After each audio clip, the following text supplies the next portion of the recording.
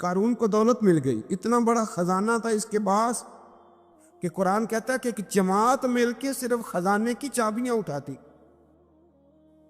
یعنی یہ معاذ اللہ کوئی گپ نہیں، یہ قرآن مجید نے بیان فرمایا کہ ایک جماعت مل کے صرف خزانے کی.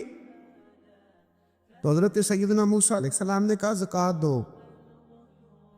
زکوٰۃ کے معاملے میں لوگ ہیل و حجت سے کام لیتے، غریب ہو جاتے. اس کو کہا زکوٰۃ دو تو کہنے لگا آپ کی تو میرے مال پہ نظر ہے. اب نے فرمایا تو بڑا بیوقوف ہے، مال تجھے اللہ نے دیا ہے نا، تو اللہ کے رستے میں دے. یہ کام ذرا مشکل ہے کہ اس کو بار بار کہا تو اس نے نہ بجائے اس کے کہ وہ مال دیتا، اس نے حضرت موسیٰ پہ الزام لگا دیا. ایک عورت کو تیار کر کے لایا. یہ الزاموں والا کیس سنتے آ رہے ہیں آپ کہاں تک؟ حضرت یوسف پہ بھی لگا، جناب مریم پہ بھی لگا، حضرت سیدنا موسیٰ کلیم پہ بھی لگا، اور حضرت عیسیٰ پہ بھی. سارے ہوئے نا الزامات. آپ کیا بات کرتے ہیں؟ الزام لگانا، بہتان ترازی کرنا، اور ہمارے یہاں اچھی بات دل سے پھیلتی ہے، بری خبر وہ جلدی پھیل جاتی. ایک عورت کو تیار کر کے لایا معاذ اللہ تعالیٰ حضرت موسیٰ پر الزام لگانے کے لیے. اور جب وہ بی بی آپ کے سامنے لا کے کھڑی کی تو حضرت موسیٰ نے جلال فرمایا تجھے قسم ہے اللہ کی عزت کی، سچ سچ بتا معاملہ کیا ہے. تو وہ خاتون کانپنے لگی، کہنے لگی میں موسیٰ کلیم کے سامنے کیسے کھڑی ہو سکتی، مجھے تو اس نے پیسے دے کے تیار کیا، مجھے اس نے مجھے پیسے دے کے تیار کیا، اور بڑی اس نے مجھے تکلیف دی ہے. یہ جب کہا تو حضرت موسیٰ علیہ السلام رونے لگے کہ تو سارا کچھ کرتا پر میری سفید چادر پہ داغ تو نہ لگانے کی کوشش کر. آپ رونے لگے.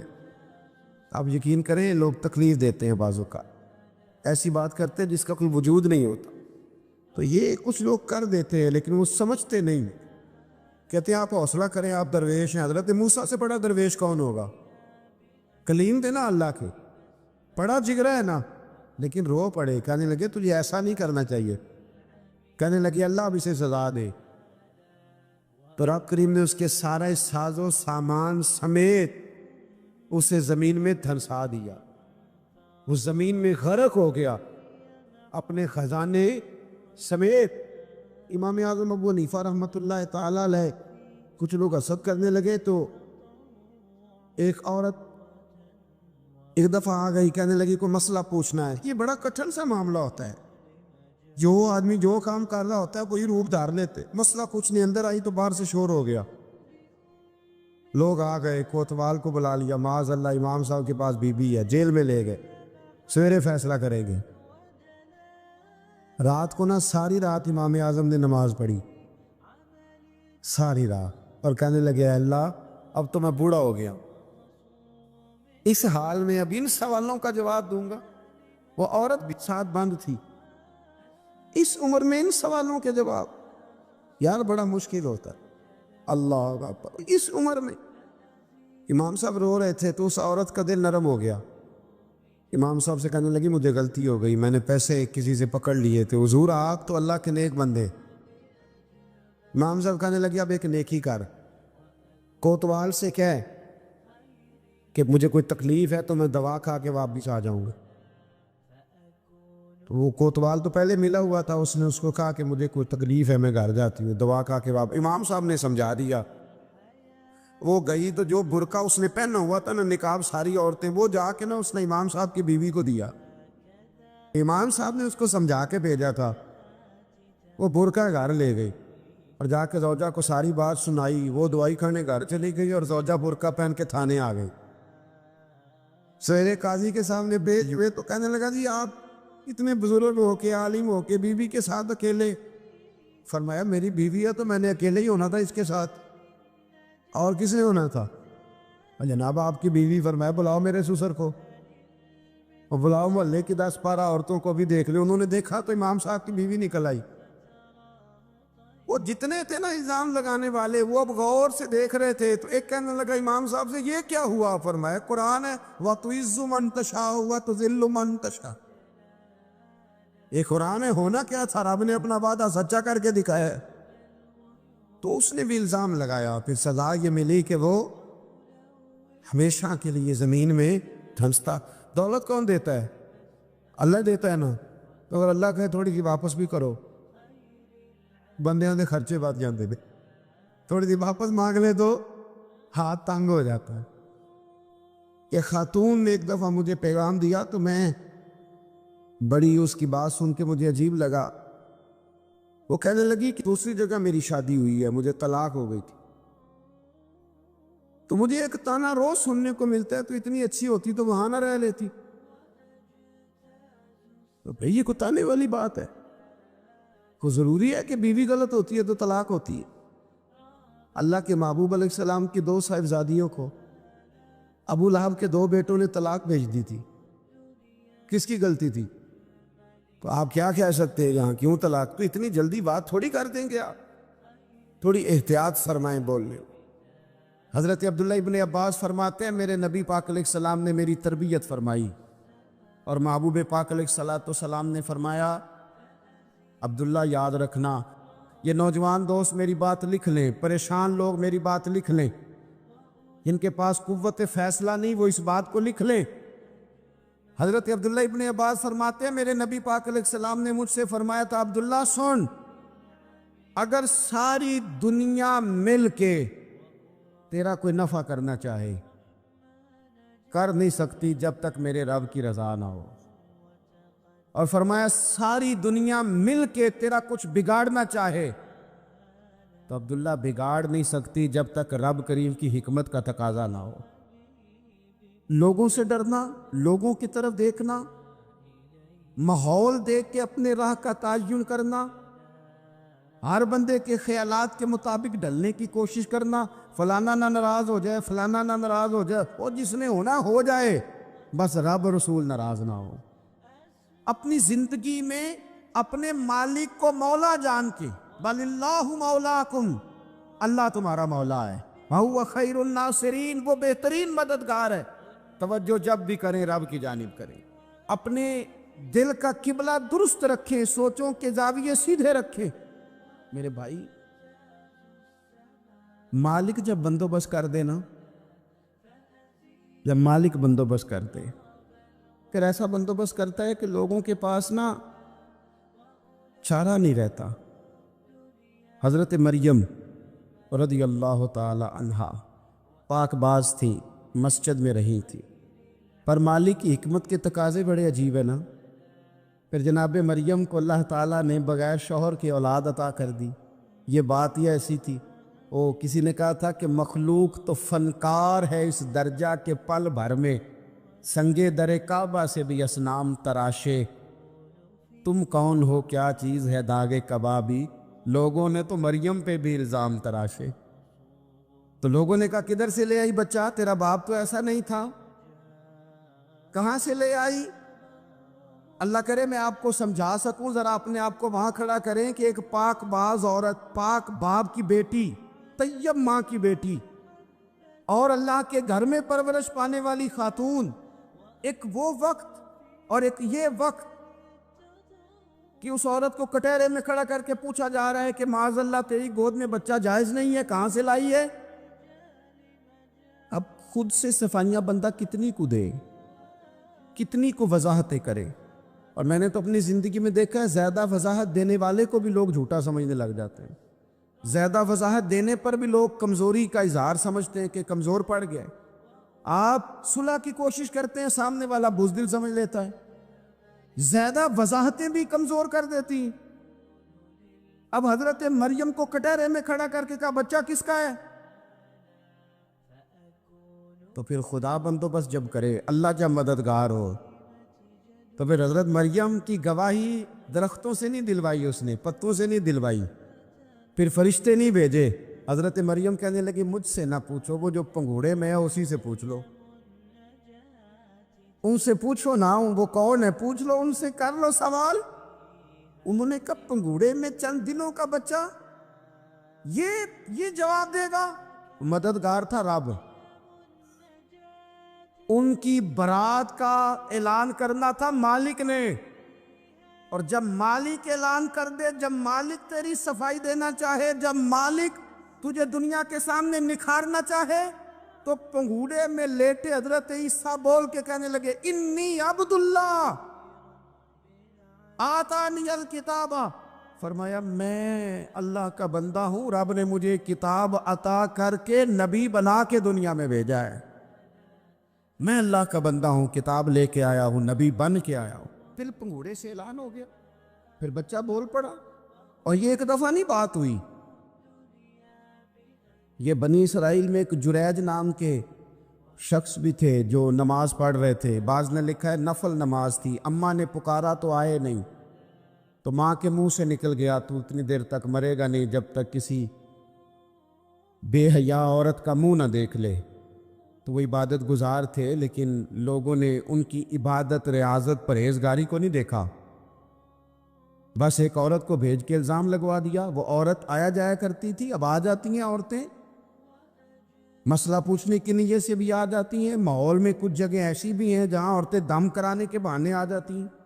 وہ خاتون آتی جاتی تھی اس خانقاہ پہ، آستانے پہ، یہ بخاری میں موجود ہے، پھر اس نے کہا میری گود میں جو بچہ ہے یہ انہی کا ہے۔ مجھے بتائے کیسے بندہ وضاحت دے؟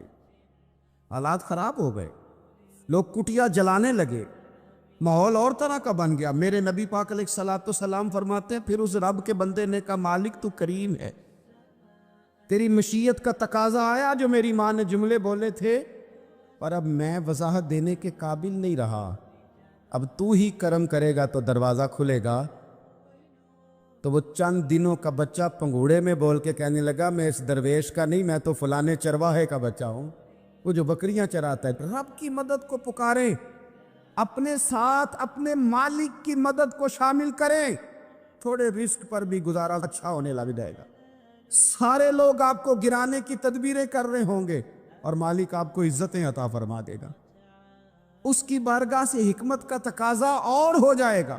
ہم نے ساری زندگی لوگوں کو راضی کرنے میں گزار دی، ساری زندگی بڑھاپا آ گیا بچوں کو پالتے، اور بچوں نے آخری عمر میں کہہ دیا ابا اگر کوئی ڈھب کا کام کر لیتے تو آج ہمارے دن بھی پھر نہ جاتے۔ ساری زندگی گزار دی بہن بھائیوں کو راضی کرنے میں،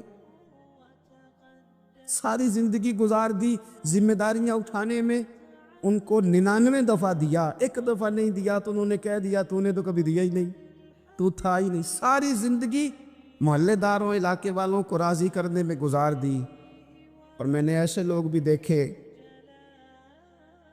دین کے لیے وقت گزارا، لیکن جب بڑھاپے میں دانت کام نہ کرتے تھے تو وقت کے مفتیوں کو بھی مسجدوں کی کمیٹیوں نے کہہ دیا اب آپ کی سمجھ نہیں آتی، ہم نے خطیب کو یور رکھنا ہے، نہ دیکھو دنیا کی طرف، دنیا رلا دیتی ہے، نہ راضی کرو بندوں کو، بندے تھکا دیتے ہیں، نہ پیچھے بھاگو ہر وقت دنیا داروں کے، یہ انسان کو کمزور کر دیتے ہیں۔ وہ تو کریم ہی بڑا ہے، 2 آنسو زمین پر بعد میں گرتے ہیں، بندے کے گناہ سارے پہلے معاف فرما دیتا ہے۔ اللہ کی مدد کا حصول، اپنے مالک کی مدد کی طرف بڑھنا، آپ کو بدر کی جنگ بھی یہی درس دے گی، آپ کو احد کا میدان بھی یہی سبق دے گا، فتح مکہ بھی یہی سبق دے گا۔ میرے دوستو جب رب مدد فرمائے، جب اللہ مددگار بنے، دوستوں سے ایک بات اکثر کرتا ہوں، میں کہتا ہوں کہ جتنے درد سے آپ امیر کو اپنی کہانی سناتے ہیں نا، اور جس طرح آپ کے آنسو بات کرنے سے پہلے گر جاتے ہیں کہ غریب ہیں، بچیاں ہیں، کاروبار نہیں، او میرے سنگیو، اس سے آدھے آنسو اپنے رب کی بارگاہ میں بکھیرو، اس کے حضور عرض گزار ہو جاؤ، اس سے طلب کرو۔ ایک وقت انسان پر زندگی میں ایسا آتا ہے کہ اسے یوں محسوس ہوتا ہے کہ میرا سایہ بھی ذرا سا پیچھے ہٹ گیا ہے، اسے یوں لگتا ہے کہ میں کسی سہارے پہ ہاتھ ڈالتا ہوں تو وہ بھاگ جاتا ہے مجھ سے، لیکن مالک کی بارگاہ ایسی عظیم بارگاہ ہے، رب رسول کے آستانے اتنے بڑے ہیں کہ آپ جب وہاں کشکول طلب دراز کرتے ہیں تو جھولی پھیلانے میں دیر لگتی ہے، ان کو بھرنے میں تو کوئی دیر نہیں لگتی۔ ہم نے اپنا سوچ کا قبلہ ہی دنیا کو بنا لیا ہے، یہ جو اللہ والوں کی مدد ہے یہ تو ہے نہیں، اللہ ہی کی مدد ہے۔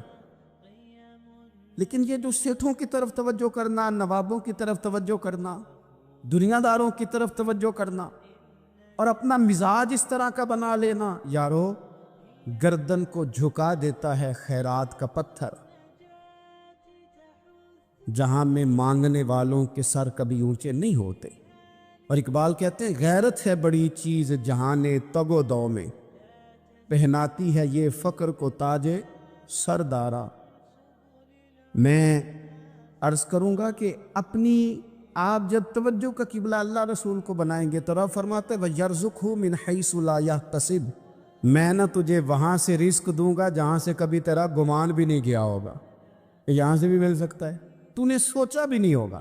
بخاری شریف میں حدیث ہے، حضرت جابر بن عبداللہ فرماتے ہیں نبی پاک صلی اللہ علیہ وسلم نے نا 300 لوگوں کا ایک لشکر روانہ کیا کسی مہم کے لیے، کسی جہاد کے لیے۔ حضرت ابو عبیدہ بن جراح رضی اللہ تعالیٰ عنہ امیر لشکر تھے۔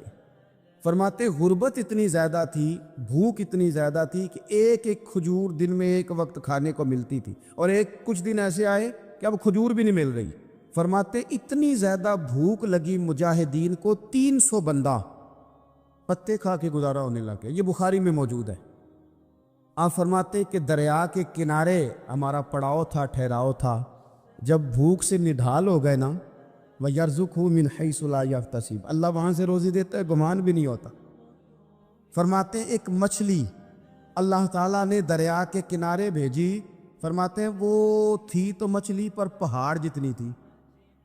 بخاری میں لفظ ہیں، حضرت جابر بن عبداللہ رضی اللہ تعالیٰ عنہ فرماتے ہیں 300 آدمی 18 دن تک اس مچھلی کو کھاتے رہے، مچھلی ختم ہی نہیں ہوئی۔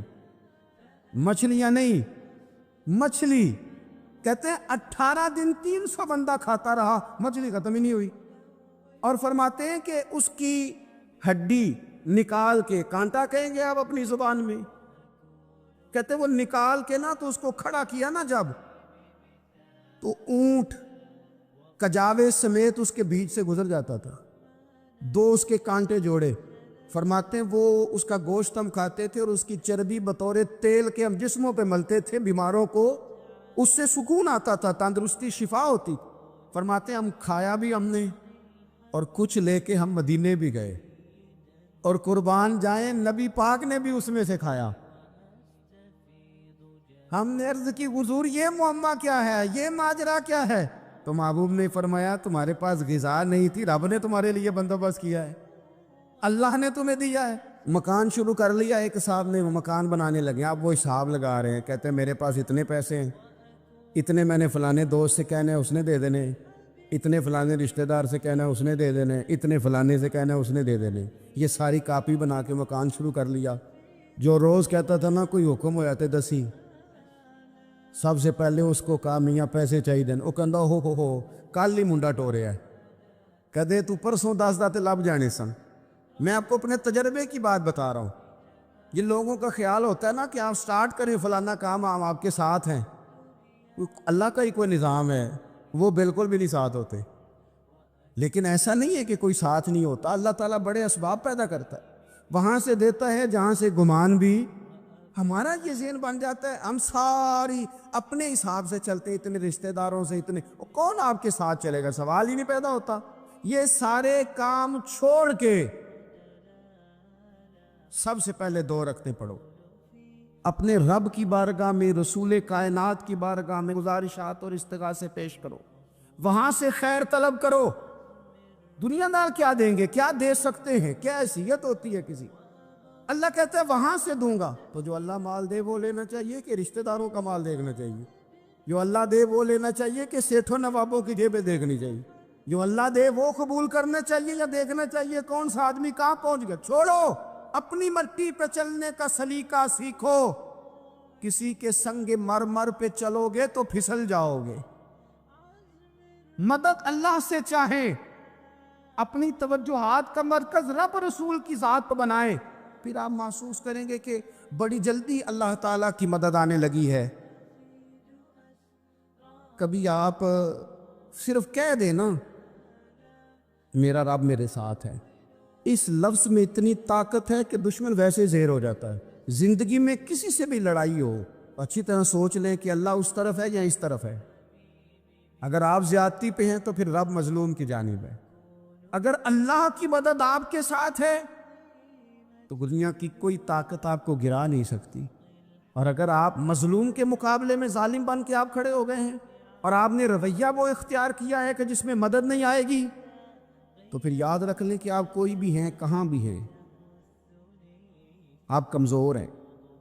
طاقتور تھے ابتدائے اسلام میں، ظاہری طاقت تھی کفار مکہ کے پاس، وہ ڈنڈوں سے مارتے تھے غریبوں کو، ان کے ہاتھوں میں ڈنڈے تھے، پر خدائی طاقت ان مظلوموں کے ساتھ تھی۔ صاحب زرقانی نے لکھا ہے، حضرت زنیرہ رضی اللہ تعالیٰ عنہ ایک لونڈی ہے، غریب ہے، ماڑے دا کی کام محمد نس جانا یا رونا، غریب سادی بی بی اور لونڈی کنیزہ، ایک مشرک کی کنیزہ تھی، انہوں نے کلمہ پڑھ لیا، وہ ڈنڈوں سے مارتا، دروں سے مارتا، تکلیف دیتا۔ حضرت زنیرہ رضی اللہ تعالیٰ عنہ کو اتنا مارا، اتنا مارا۔ اب آپ ایک اور پہلو پر بھی غور کریں، مار بھی پڑ رہی ہے پر خدا ادھر ہی ہے، اللہ کی مدد ادھر ہی ہے۔ رب کہتا ہے کہ پہلے تو صبر کرنا، ان اللہ مع الصابرین، تو صبر کرے گا تو پھر رب کی معیت ملے گی، ذرا ٹھہرنا، تو تھوڑا ڈٹنا۔ ان الذین قالوا ربنا اللہ ثم استقاموا تتنزل علیہم الملائکہ، تو کہے اللہ میرا رب ہے، پھر تو پہلے ڈٹ، پہلے تو نے ڈٹنا ہے۔ ثم استقاموا، جو ڈٹ گیا، تتنزل علیہم الملائکہ، ڈٹنے والے کے لیے مدد آتی، پہلے تھوڑا ٹھہرنا پڑتا ہے، پہلے تھوڑا صبر کرنا پڑتا ہے، حوصلہ کرنا پڑتا، اس کے بعد مدد آتی۔ مار پڑ رہی ہے، مارا جا رہا ہے، حضرت زنیرہ کو ان کا مالک جو ہے ظاہری آقا وہ مار رہا ہے، یہ کنیزہ ہے، اتنا مارا، اتنا مارا، ان کی بینائی چلی گئی، نظر آنا بند ہو گیا۔ ابو جہل آیا اور کہنے لگا زنیرہ دیکھا نا ہمارے بت تیری آنکھیں لے گئے، معاذ اللہ، لات و منات ہمارے بتوں نے تجھے اندھا کر دیا۔ اب ایسا نہیں ہے کہ بی بی روتی جا رہی ہے، روتی جا رہی ہے، مایوسی مایوسی، معاذ اللہ، پریشانی، غریبی بڑی ہے، پوچھنے والا کوئی نہیں، یہ باتیں نہیں۔ کیا جملے ہیں خاتون کے، کیا لفظ ہیں۔ ابو جال نے طنزیہ کہا، معاذ اللہ، کہنے لگا دیکھا نا ہمارے بتوں نے تجھے اندھا کر دیا۔ تو جناب زنیرہ آنکھوں کی بینائی گئی ہے، رات کو گئی ہے، دکھ ابھی تازہ ہے، لیکن اللہ پہ جو توکل ہے، اپنے مالک سے جو رشتہ ہے وہ اتنا مضبوط ہے، اتنا طاقتور ہے، اس میں اتنی گہرائی ہے کہ حضرت زنیرہ بول کے نا اتنی قوت سے بولی، اتنی طاقت سے بولی کہ پورے کفر پر لرزہ طاری ہو گیا۔ فرمانے لگی تمہارے بتوں کی کیا اوقات ہے کہ وہ میری بینائی لے جائیں، یہ میری رب کی حکمت کا تقاضا ہے۔ جب تک اس نے چاہا زنیرہ دیکھتی رہی، اور جب اس نے چاہا زنیرہ کی آنکھوں کی بینائی چلی گئی، اور اگر وہ چاہے گا نا تو بینائی واپس بھی کر دے گا۔ اگر ہو ذوق یقین پیدا تو کٹ جاتی ہیں زنجیریں، اگر وہ چاہے گا تو بینائی آ بھی جائے گی۔ حضرت زنیرہ نے رات کو یہ لفظ کہے، ابو جال اور سارے کفار ڈر کے سن کے چلے گئے، آپ اطمینان سے آ کے بستر پہ سوئی۔ جب سویرے اٹھی تو اللہ نے آنکھوں کی روشنی واپس کر دی تھی، آنکھوں کی اب چھڑی پکڑی ہے، بازاروں میں گھومتی ہے، کہتی ہیں بلاؤ کدھر ہے تمہارے لات و منات، دیکھو میرے رب نے روشنی واپس کر دی، آ کر میرے ساتھ ادھر آ، ستمگر ہنر آزمائیں، تو تیر آزما ہم جگر آزمائیں۔ بیمار لوگوں یاد رکھو، کہہ دیا ڈاکٹر نے کہ تو بڑا بیمار ہے، تو بڑا کمزور ہے، یہ ہو گیا وہ ہو گیا، تو ڈاکٹر اپنے علم کے مطابق بات کر رہا ہے، ہوگا تو وہ جو میرا رب چاہے گا۔ کمزور ہو جانا، پریشان ہو جانا، تکلیف میں آ جانا، پتہ نہیں بات ہو گئی ہے تو جانے کیا ہو جائے گا۔ اپنی زندگی کے اندر اپنے رب سے رشتہ مضبوط کرے، رسول کائنات سے رشتہ مضبوط کرے، اللہ والوں سے رشتہ مضبوط کرے۔ حضرت زنیرہ نے پیغام دیا کہ زندگی میں جو جینا چاہتے ہیں تو وہ رب کا نام لے کے جی سکتے ہیں، جو اپنی زندگی میں خوشیاں دیکھنا چاہتے ہیں تو رسول اللہ کے نام پر خوشیاں دیکھی جا سکتی ہیں. توکل کی بنیاد پر بندہ خوشیاں لے سکتا ہے. اور اگر انسان میں توکل نہیں ہے تو پھر وہ اس کالے جادو سے بھی ڈر رہا ہے، وہ نیلے سے بھی ڈر رہا ہے، وہ پیلے سے بھی ڈر رہا ہے، وہ فلانے سے بھی ڈر رہا ہے، وہ میرے خلاف فلانا رشتہ دار سازش کر رہا ہے تو ڈر رہا ہے، فلانا میرے بارے میں یہ کر رہا ہے تو ڈر رہا ہے، وہ پتہ نہیں دنیا ادھر ہو جائے گی تو کیا ہو جائے گا. اٹھ باندھ کمر کیوں ڈرتا ہے؟ پھر دیکھ خدا کیا کرتا ہے. تو اس ساری گفتگو کا نچوڑ آپ کو یہ عرض کیا ہے. سب سے پہلے تو یہ کہ میدانوں میں مدد بھی اللہ کی، رزق میں مدد بھی اللہ کی، فصلیں خشک ہوں تو مدد پھر بھی اللہ کرے تو پھر ساری مدد، اور اگر انسان بیمار ہو تو پھر بھی مدد اللہ کی. تو اپنے اللہ کی جانب توجہ کو بڑھائیں، آپ اللہ سے مدد کے سوالی بنیں. ترمذی کی ایک حدیث ہے، میں آپ کو زندگی کا تجربہ بتاتا ہوں کہ جب میں بڑا پریشان ہوتا ہوں تو یہ والی روایت کھول لیتا ہوں، مزہ دیتی ہے. میرے نبی پاک علیہ السلام نے فرمایا اپنے دکھ سیٹھوں نوابوں کو نہ کہنا، مالداروں کا نہ کہنا، ورنہ اللہ تمہیں کبھی غنی نہیں کرے گا. فرمایا اپنے دکھ اپنے رب کی بارگاہ میں عرض کرنا، جلدی کرے یا دیر سے کرے اللہ تمہیں لوگوں سے بے نیاز کر دے گا، اللہ تمہیں غنی کر دے گا. رات کو بیٹھو نا اس کی بارگاہ میں. امام غزالی سے کسی نے پوچھا تھا، امام غزالی سے، کہ حضور اللہ کا بندے سے راضی ہونا کمال ہے یا بندے کا اللہ سے راضی ہونا کمال ہے؟ تو امام غزالی مسکرائے، فرمانے لگے رب تو بڑا ہی مہربان ہے، وہ تو بڑی جلدی راضی ہو جاتا ہے. وہ تو مسجد میں آ کے توبہ کرے تو اللہ راضی، کسی یتیم کے سر پہ ہاتھ پھیرو تو اللہ راضی، وہ تو کسی اندھے کو رستہ دکھایا تو اللہ راضی ہو گیا، وہ تو طوائف نے کتے کو پانی پلایا تو اللہ. امام صاحب فرمانے لگے یہ بندہ ہے جو اللہ سے راضی نہیں ہوتا. جس کے پاس اولاد نہیں وہ کہتا ہے چلو ایک بیٹی مل جائے تو میں راضی ہوں، بیٹی مل گئی تو کہتا اب ایک بیٹا بھی ملے تو پھر راضی ہوں، پھر کہتا ہے یہ دونوں اچھی تعلیم حاصل کر لے تو پھر میں راضی ہوں، پھر کہتا ہے یہ بہت زیادہ پیسے کمائے تو پھر میں راضی ہوں. بہرحال راضی ہوتا، لیکن جو راضی ہو جاتا ہے نا، اللہ اکبر، جو اللہ سے راضی سکھی بڑا رہتا ہے، سکون میں بڑا رہتا ہے، مطمئن بڑا رہتا ہے. جو سمجھ لیتا ہے نا کہ جو میرے رب نے بہتر سمجھا وہ میرے اللہ نے مجھے. میں کبھی کبھی سوچتا ہوں کہ یار حضرت بلال حبشی نے کوئی عہدہ نہیں مانگا ساری زندگی، انہوں نے نہیں کہا مجھے بھی ایک صوبے کا گورنر بناؤ میری بھی خدمات ہے، مجھے بھی وزیر خزانہ بناؤ میرا بھی کچھ بنتا ہے. ایک دفعہ نہیں کہا سیدنا بلال حبشی رضی اللہ تعالیٰ عنہ نے کہ میری بھی کوئی ڈیوٹی ایسی ہونی چاہیے کہ مجھے چلو سپہ سالار ہی بنا دیا جائے.